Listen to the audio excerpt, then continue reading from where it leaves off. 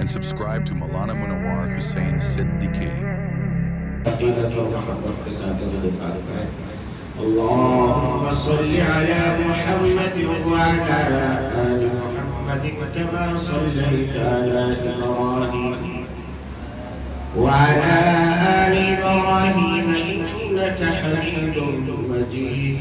اللهم بارك على محمد وعلى آل محمد كما باركت على إبراهيم وعلى آل إبراهيم إنك حميد مجيد.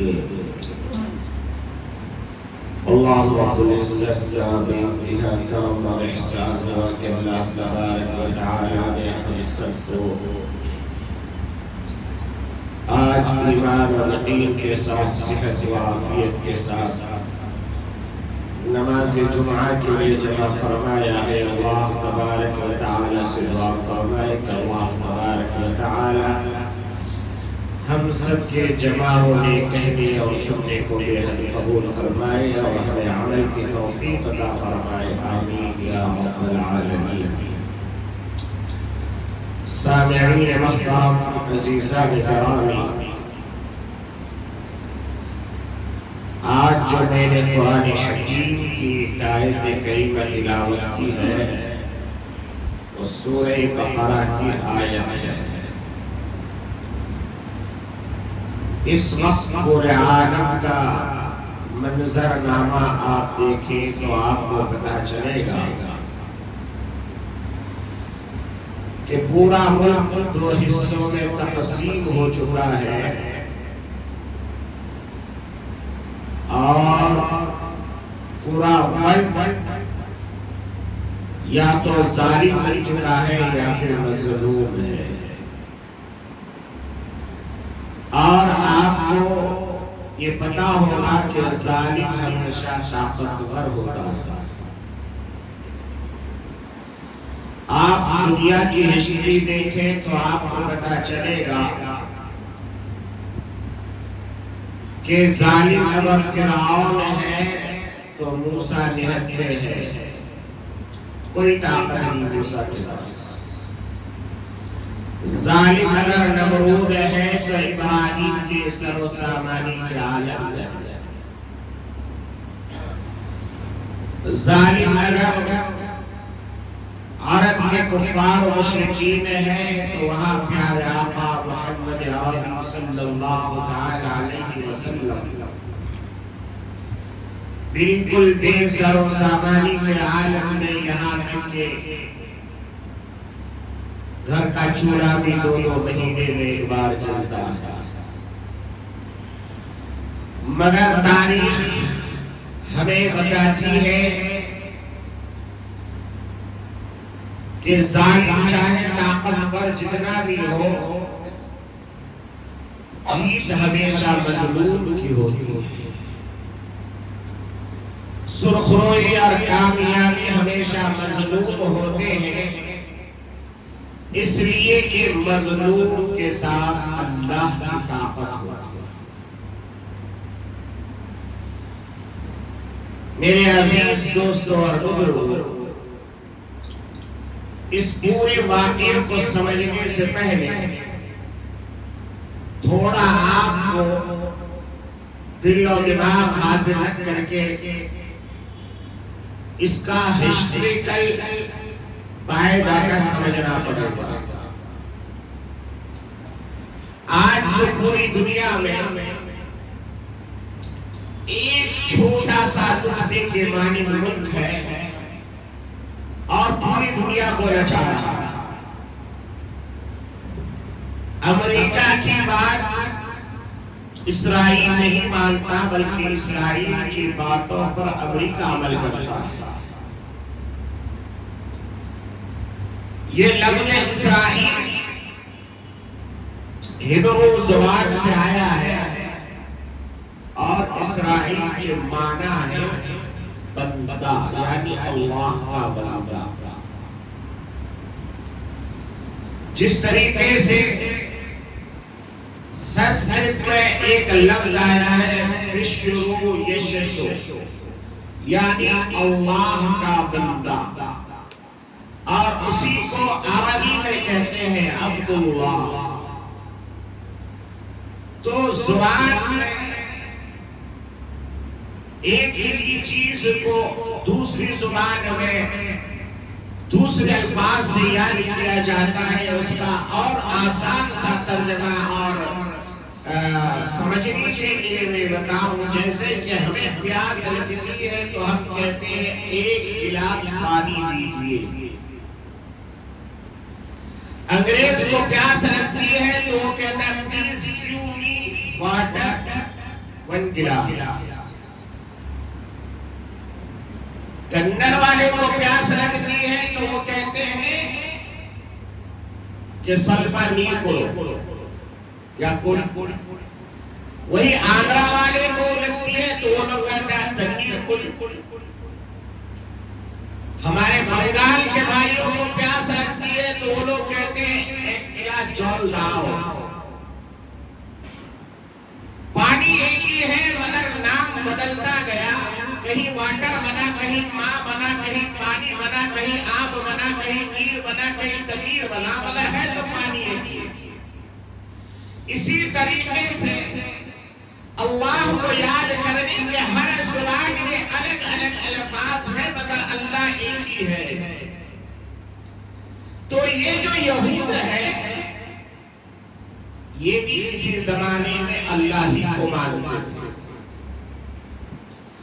اور یہ سب سے بڑے برگزیدہ پیغمبر حضرت ابراہیم علیہ نبینا علیہ السلام و تسلیم کی اولاد میں سے. حضرت ابراہیم علیہ نبینا علیہ السلام و تسلیم کی 2 بیویاں تھیں. ایک بیوی حضرت سارہ اور ایک بیوی حضرت ہاجرہ. حضرت سارہ سے جو بچہ پیدا ہوا اس کا نام اسحاق تھا، اور حضرت ہاجرہ سے جو بچہ پیدا ہوا اس کا نام حضرت اسماعیل علیہ السلام. حضرت اسحاق کی نسل میں تقریباً 4,500 انبیاء و رسول پیدا ہوا. اور اللہ تبارک و تعالی نے قرآن مجید کے اندر ہمیں بتایا وَمِن وَرَاءِ إِسْحَاقَ وَيَعْقُوبَ. اے ابراہیم ہم نے آپ کو ایک بیٹا دیا جس کا نام اسحاق ہے، اور اسحاق کو بھی میں ایک بیٹا دوں گا جس کا نام یعقوب ہوگا، اور یہ دونوں کے دونوں نبی ہوں گے. کیوں؟ اس لیے کہ اللہ تبارک و تعالی نے قرآن میں کہا تھا وَإِذِ ابْتَلَىٰ إِبْرَاهِيمَ رَبُّهُ بِكَلِمَاتٍ فَأَتَمَّهُنَّ قَالَ إِنِّي جَاعِلُكَ لِلنَّاسِ إِمَامًا. اے ابراہیم ہم نے آپ کو آزمایا ہے بڑی بڑی مصیبتوں میں، تکلیفوں میں، امتحانوں میں ڈال کے، کہیں بیٹے کے گلے پہ چھری چلا کے، کہیں اپنے بیوی اور بچے کو ایک ایسی جگہ پہ ڈلوا کے جہاں پر قحط سالی تھی، جہاں پر ایک دانہ نہیں، ایک پانی کا بوند نہیں، وہاں پر بھی آپ میری باتوں کو چال کر کے آپ نے اپنے بچے کو، اپنے بیوی کو چھوڑا. اس لیے جب سارے امتحان میں آپ کامیاب ہو گئے تو ہم نے آپ کو ایک مقام عطا فرمایا. کیا مقام ہے؟ کہ ہم نے آپ کو امام بنایا. امام کی معنی ہے قیادت کرنے والا. امام کی معنی ہے آج کے زمانے میں وزیر اعظم، وزیر اعلیٰ. آج کے زمانے میں ملک کا پریزیڈنٹ. اللہ نے کیا کہا؟ ہم نے انی جاعلک للناس اماما، ہم نے آپ کے ہاتھ میں قیادت دے دی ہے، آپ کو ہم نے دنیا کا رہبر و رہنما بنایا. تو اللہ تبارک و تعالی نے حضرت ابراہیم کو جو 2 بیٹے دیے ان میں سے حضرت اسحاق کی اولاد میں سے حضرت یعقوب، اور حضرت یعقوب کے 12 بیٹے ان میں سے ایک بیوی سے 11 بیٹے، ایک بیوی سے 9 اور ایک بیوی سے 2 بیٹے، یعنی حضرت یوسف اور بنیامین. تو اس طریقے سے اللہ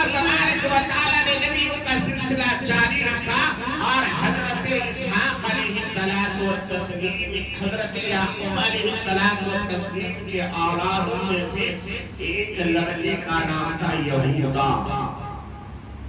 اسی یہودا کے اولاد میں یہ سارے یہودی اللہ تبارک و تعالی نے ہمیں قرآن میں بتایا کہ ہم نے اس قوم پر اتنی برکت رحمتیں اتاری، اتنی فضیلتیں دی، اتنے انعامات دیے، اتنے احسانات کیے کہ دنیا کے کسی قوم پر ہم نے نہیں دیا. مگر یہ لوگ تھے بدبخت، یہ لوگ اجلی بدبخت، یہ لوگ جو ہے اجلی طور پر شیطان کا بڑا بھائی، یہ لوگ اجلی طور پر جہنمی کتوں سے بدتر ہے. اللہ جیسے جیسے پر انعام کرتا ویسے ویسے یہ اللہ کی نافرمانی کری. یہی وہ قوم ہے جس کے لیے اللہ تبارک و تعالی نے ایک سورت نازل فرمائی جس کا نام ہے سورۃ المائدہ، یعنی دسترخوان والی سورت. یہ اتنی نالائق قوم ہے کہ اللہ تبارک و تعالی نے ان کے لیے جنت سے دسترخوان اتارتا، اس میں طرح طرح کے کھانے رہتے اور ان کو کہا جاتا ہے کہ آپ کھا لو. یہ کھاتے.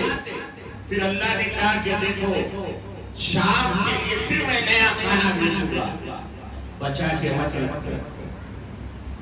یہ لوگ کہتے پتہ نہیں شام میں آئے گا کہ نہیں آئے گا، تھوڑا کھانا چوری کر کے چھپا کر کے باندھ کے الگ سے رکھتے. اللہ پر بھی ان کو بھروسہ ہے. یہاں تک کہ اللہ تبارک و تعالی نے ان کو ایسا لباس عطا فرمایا کہ بچہ پہنتا جوان ہو جاتا. 1 سال کا بچہ 40 سال کا ہو گیا. جیسے جیسے بچہ بڑھتا ایسے ایسے اس کا لباس بڑھتا. نہ وہ پھٹتا، نہ گندا ہوتا، نہ اس میں کسی قسم کے پھٹن آتی. مگر پھر بھی یہ اللہ کے نافرمانی کرتے رہتے. اللہ تبارک و تعالی نے ایسے ایسے انعامات عطا فرمائے. تو آج اگر یہ سیز فائر کو توڑ دیتا ہے تو زیادہ انسانوں کو پریشان ہونے کی ضرورت نہیں کہ یہ عہد توڑی کیوں کر دیا. ارے ان کا کام ہی ہے وعدہ کر کے مکر جانا. یہ تو تمہاری غلطی ہے کہ تم اس کے اوپر بھروسہ کیوں کیے. یہ بھروسے کے لائق نہیں ہے. یہ ہمیشہ ازلی بدبخت ہیں، یہ جہنمی کتے ہیں. قرآن ہمیں بار بار کہتا ہے اتتخذوا ہزوا. قرآن کہتا ہے کہ اسے تم جو ہے اپنا دوست مت بناؤ. مگر مسلمان ہے کہ ان کے جھوٹے چاٹنے سے ان کو فرصت دے. اپنے گھروں میں بلا کر کے اپنی دولت کی دہانے کھولنا ان کا کام ہے. مسلمان اگر قرآن پر عمل کر لیتا، مسلمان اگر احادیث پر عمل کر لیتا تو آج مسلمانوں کو یہ دن دیکھنے کا پڑتا. حضرت سیدنا عمر فاروق رضی اللہ تعالی عنہ کے دور خلافت میں انہوں نے ایک اعلان کیا تھا اخرج اليهود والنصارى من جزيرة العرب. اے یہودیوں، اے نصاروں، اے شرارت پھیلانے والے لوگوں، تم اس جزیرہ عرب سے نکل جاؤ.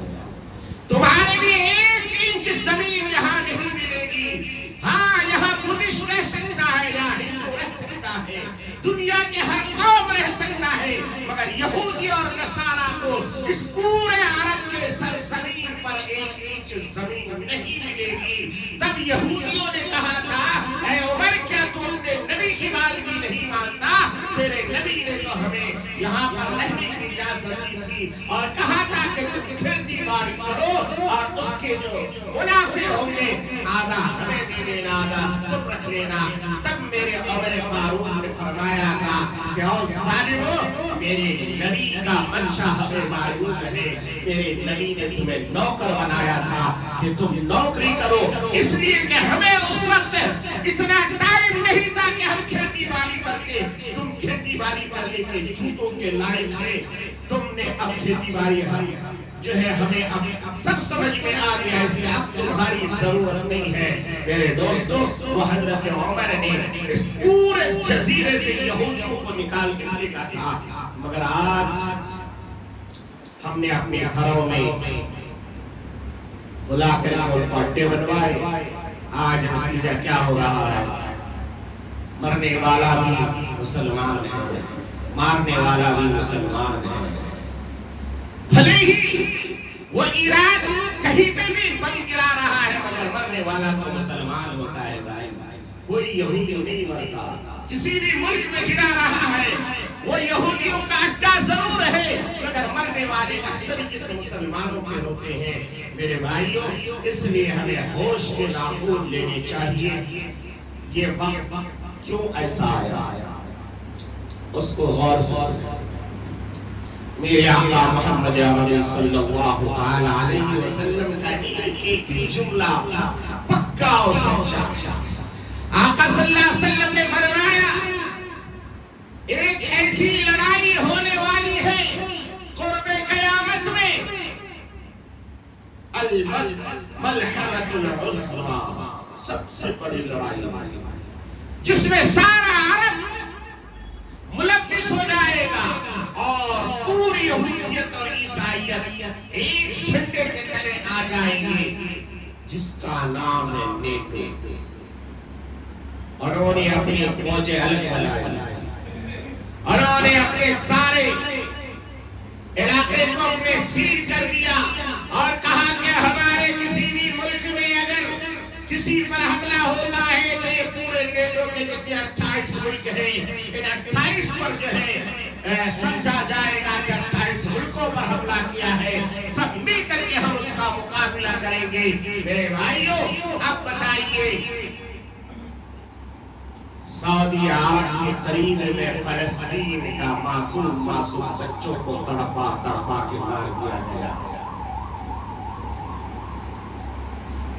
وہ فلسطین کا وہ ٹکڑا جہاں پر میرے آقا محمد عربی صلی اللہ علیہ وسلم سفر معراج میں گئے تو اللہ نے کہا اے میرے آقا تو میرے پاس آئے گا مگر فلسطین کا سفر کر کے میرے پاس آئے گا، اس لیے کہ سبحان الذی اسریٰ بعبدہ لیلا من المسجد الحرام الی المسجد الاقصی بارکنا حولہ لنریہ، اے اس مسجد اقصی کے آزو بازو میں میری رحمتوں کا نزول ہوتا ہے، برکتوں کا نزول ہوتا ہے، اس لیے ساری رحمت اور برکتوں سے فیضیاب ہو کر کے آپ میرے پاس آئیں گے۔ اس سرزمین کو لہو لہان کر دیا گیا۔ میرے آقا نے فرمایا کہ اس لڑائی میں اگر کسی ایک مسلمان کا 100 بیٹا ہوگا تو 99 بیٹے کو مار دیا جائے گا۔ آج آپ دیکھ لیجیے فلسطین 99 نہیں بلکہ اس سے بھی زیادہ جتنے بچے تھے سب کو مار دیا گیا، اور آپ اس پر نہیں سوچ سکتے وہ لوگ، وہ ظالم لوگ ہماری نسلوں کو تباہ کر رہے ہیں، ہم ان کی بلڈنگوں کو اڑا رہے ہیں۔ ایران کا حملہ ہوتا ہے، بلڈنگ گرتا ہے، آدمی نہیں کرتے، وہ سب سینٹر ہاؤس میں چلے جائیں، بلڈنگیں بن جائے گی، عمارت کھڑی ہو جائے گی، مشینریاں تباہ ہوگی، بن جائے گی، مگر جب نسلیں تباہ ہو جائے گی تو اگلا نسل کہاں سے لاؤ گا؟ وہ بچہ جو حافظ قرآن تھا، وہ بچہ جو سائنس کا علم حاصل کر رہا تھا، وہ یونیورسٹی کا طالب علم تھا، وہ بچہ جو آگے چل کے ڈاکٹر بنتا، آگے چل کے بڑا فلاسفر بنتا، سائنٹسٹ بنتا، ان سب کو مار دیا۔ وہ ٹارگٹ کر کے بچوں کو مارتے ہیں تاکہ آنے والے 5، 10، 15 سال میں ان کی نسلیں خود بخود ختم ہو جائے۔ بچے کہاں سے لاؤ؟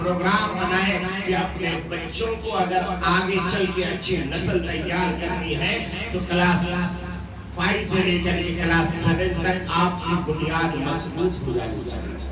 بچے کو پتا ہو جانا چاہیے مجھے گول کام کرنا ہے. آج ہمارا بچہ پیوسی میں جاتا ہے, مجھے کیا بننا, نہیں ابھی سوچا نہیں ہے. پیوسی میں جا کے سوچا نہیں تو کب سوچے گا؟ ڈگری میں پڑھ رہا ہے, کیا کرے, نہیں ابھی معلوم نہیں, دیکھیں گے ابا کیا بولتے ہیں وہ کریں گے.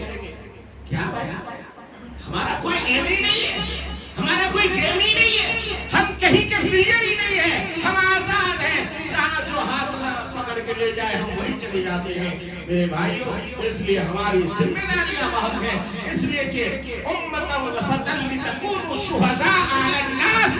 اللہ نے قرآن کے اندر فرمایا کہ ہم نے آپ کو امت سقا بنایا ہے اور آپ کو پوری دنیا کے لیے گواہ بنا کر کے بھیجا ہے. یہ یہودیوں کے لیے بھی گواہ مسلمان بنیں گے, عیسائیوں کے لیے بھی گواہ مسلمان بنائیں گے, بنائے جائیں گے قیامت کے دن. اور اللہ جب پوچھے گا یہودیوں سے, بتاؤ کہ تم نے اتنا ظلم کیوں کیا, کیا تمہیں نبی کے لیے پیغام نہیں ملے تھے, کیا تمہیں قرآن اور احادیث کی تعلیمات نہیں ملے تھے, یہ جھوٹ بولیں گے.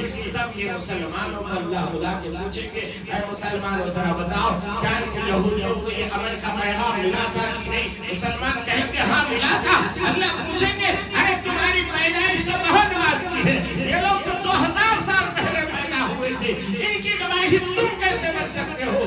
تب مسلمان کہے گا اللہ ہم نے ان کو تو نہیں دیکھا مگر آپ کے نازل کردہ قرآن کو دیکھا, آپ کے حبیب صلی اللہ علیہ وسلم کے فرمان کو دیکھا, اور قرآن اور احادیث پر ہم نے ایمان رکھ کر کے ہم اس کی گواہی دی. میرے عزیز دوستو اور بزرگو, ہمارا یہ جو پیارا ملک ہے, بہت دنوں سے ہم سن رہے تھے کہ وشو گرو بنے گا. ہماری بھی خواہش تھی کہ ہم جیتے جاگتے اپنے سر کے آنکھوں سے اس ملک کو وشو گرو بنتا ہوا دیکھیں, مگر جب وشو گرو بننے کا نمبر آیا تب ہمارے پرائم منسٹر صاحب جو ہے بنگال اور آسام کے دورے پہ رہے, اور دنیا میں وہ ملک جو ہے وشو گرو کا رول ادا کر رہا ہے جو دنیا میں دہشت گردی کا اڈا چلاتا ہے. میرے بھائی ہمیں بڑا افسوس ہے کہ ہمارا ملک اس وقت وہ قیادت کرنی چاہیے تھی جس کی پوری دنیا کو ضرورت ہے, مگر ایسا نہیں ہوا. آپ کو میں آگے اور ایک ہو سکتا ہے یہاں پر بہت سارے پیشنٹ آتے ہیں بنگال کے, بہار کے, ان کے لیے میں بتا رہا ہوں اس وقت پورا ملک کا مشرقی اور طاقتیں اور سب کچھ جو بنگال میں چھوڑ دیا گیا ہے. کسی طرح بنگال میں ایک حکومت کو نکال کے پھینکنا ہے تاکہ جو سب سے بڑا جمہوریت کے علم بن کر کے وہ کھڑی رہتی ہے, تاکہ وہ ہمیشہ مظلومت کی آواز اٹھاتی ہے, اسے کمزور کر کے ختم کر دیا جائے, نیست و نابود کر دیا جائے. اس کے لیے مسلمانوں کا بھی ہر گنڈا اپنایا گیا, داڑھی ٹوپی والے بھی وہاں پر جا کے اتر کر کے فیلڈنگ اور میچ کھیلنے لگے. اور اسی طریقے سے ایک کمبخت نے پوری دنیا میں مشہور ہے بابری مسجد, پوری دنیا میں مشہور ہے بابری مسجد, جسے غیر سنویدھانک طور پر ڈھا دیا گیا, گرا دیا گیا. مگر آپ اور ہمارا ایمان یہ ہے کہ ایک بار جب اس حقیقت کے ساتھ مسجد بن جاتی ہے, کسی کی زمین پر ناجائز قبضہ کر کے نہیں, اگر حقیقی معنی میں وہ وقف کر کے مسجد بنائی جاتی ہے تو وہ قیامت تک کے لیے مسجد ہی ہے. آج بھی ہمارا ایمان ہے, چاہے وہ رام کی پوجا ہو, لکشمن کی پوجا ہو, سیتا کی پوجا ہو یا کسی اور کی پوجا ہو, ہمیں اس سے کوئی مطلب نہیں. ہم تو یہ سمجھتے ہیں یہ زمین ہماری بابری مسجد. ایک نالائق انسان نے بنگال کی سرزمین کو خون سے آلودہ کرنے کے لیے, نفرت کی بیج بونے کے لیے اس نے ایک مسجد کا نام رکھا بابری مسجد. اور بھولے بھالے مسلمان جن کو نہ ایمان سے, نہ دھرم سے, نہ عقائد سے, نہ پڑھے لکھے سے, نہ کسی نے اتنا چلے بس سنا بابری مسجد کی میں سر پہ رکھ کے گئے اور پتہ نہیں کیا کیا کیا. وہ نالائق اتنا بڑا نالائق ہے، اسے جو ہے سنا بھی یاد نہیں، اس کو سنا بھی یاد نہیں. سورہ فاتحہ تو دور کی بات ہے. آپ نے دیکھا ہوگا سوشل میڈیا پہ وہ نماز پڑھ رہا ہے، لوگ سجدے میں ہیں، وہ ادھر ادھر دیکھ رہا ہے. بتا اب وہ مسجد بنا رہا ہے، اب پاگل مسلمان اس کے پیچھے پڑے ہوئے. تو اس لیے اگر کوئی بنگال کے لوگ یہاں میری بات سن رہے ہیں، آپ کو اللہ کا واسطہ، آپ کو رسول اللہ کا واسطہ، آپ کو اپنے شریعت کا واسطہ کسی داڑھی ٹوپی پر مت آئیے گا. وہاں سیکولر کی علامت ایک ہی ہے اور وہ ہے PMC. اس کو مضبوط کیجئے تو آپ بھی سکون سے رہیے گا، پورا ہندوستان بھی سکون سے رہے گا. اور اگر آپ نے وہاں پر اسے کمزور کر دیا، سمجھو کہ وہ تابوت کی آخری کیل ہے، وہ ختم، تو سمجھو پورے ہندوستان کی طاقت ختم ہو جائے گی. اللہ ہمیں حفاظت فرمائے، ہمارے اس ملک کو گنگا جمنی تہذیب کے ساتھ زندہ رہنے کی توفیق عطا فرمائے. آمین. وآخر دعوانا الحمدللہ رب العالمین.